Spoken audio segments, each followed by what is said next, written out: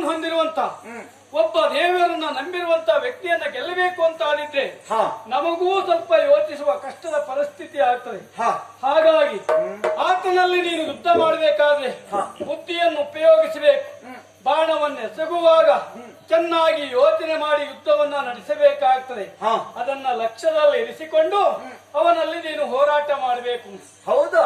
ಇಷ್ಟೆಲ್ಲ ಹೇಳ್ತೀಯ ಅಂತ ಆದ್ರೆ ಅಣ್ಣ, ನಿನ್ನ ತಮ್ಮ ನಾನು, ಯುದ್ಧದ ಬಗ್ಗೆ ನೀನು ನನ್ನ ಬಗ್ಗೆ ನೀನು ತಿಳಿದೇ ಇಲ್ಲ ಅಂತ ಹೇಳಿ ಅಲ್ಲ, ನನ್ನ ಬಗ್ಗೆ ಸಂಪೂರ್ಣವನ್ನು ತಿಳಿದುಕೊಂಡಿದ್ದೀಯ.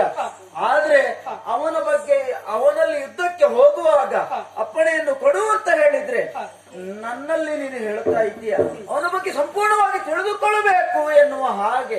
ಅಣ್ಣ, ನಿನ್ನ ಮಾತನ್ನು ನಾನು ಅಲ್ಲಗಳೆಯುವುದಿಲ್ಲ. ಕಾರಣ ಏನು?